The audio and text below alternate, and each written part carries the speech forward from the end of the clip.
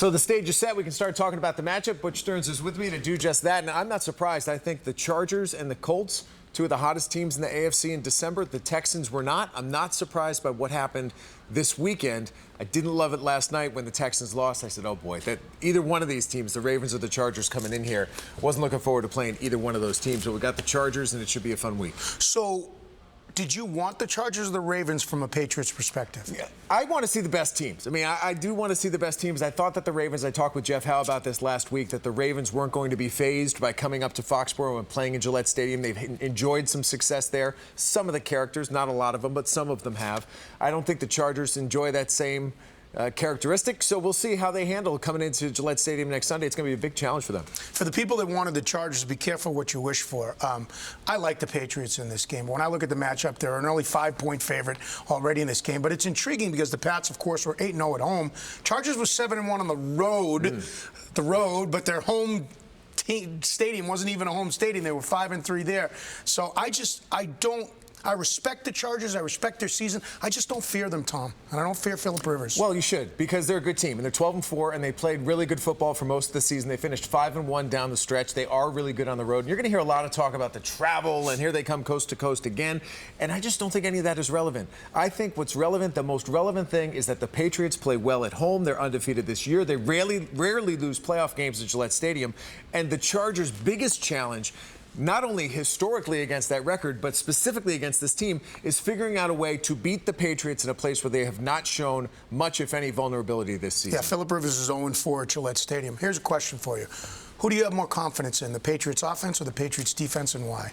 Offense. I think the offense on both sides of the ball, whether you're talking about the Patriots or the Chargers, is going to be the big key because they have to control the game. They have to keep the ball away from the other team. They need to set the tone. They need to set the pace. And I have the utmost confidence that the Patriots offense in this game can do that. What's interesting, my feelings about this team 2 weeks from now, or a week from now, if we're talking about a possible trip to Kansas City for the AFC Championship game, going to be totally different because of what they've shown us this year on the road. But this team, this year, at home, has shown the ability to control the play. I'm going to say the defense. I have more confidence in the Patriots defense because I think that unit has been more consistent down the stretch.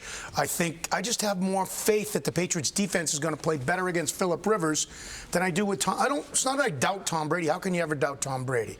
You know, I think Brady's going to play great. I just have more faith in the Patriots defense. All right, Philip Rivers, I'm going to jump ahead, but one of the things we wanted to talk about is key players that we want to focus on. Who's going to be the key player? In my mind, the key player for the LA Chargers is Philip Rivers. And I know we were looking for somebody besides a quarterback, but he has to, as the leader of that team, with so many things he's dealt with over the course of his career against the Patriots, figure it out. If they're going to win this, it's going to come down to him. He's got to figure it out, and he has to figure out a way to manage that game. And that's not an insult. He needs to be a game manager as an underdog on the road, East Coast, January playoff game against the Patriots. He's got to figure it out. He can't lean on any of the rest of his guys on his team to say, hey, you guys got to carry me. He's the quarterback. He's got to set the tone, and he's got to control that game, whether it be getting his running backs involved, whether it be offsetting any blitzes that might come his way. It comes down to the quarterback, more so in this game than ever. So do you think it comes down more on Philip Rivers or more on Tom Brady? In other words, if there's a quarterback that has to win this game, is it Brady, or can the Patriots defense win this game more so against Rivers, or is it Rivers that has to win it against the Patriots defense? Rivers has to control the game. Rivers needs to keep the ball away from Tom Brady. Which I don't think he can do.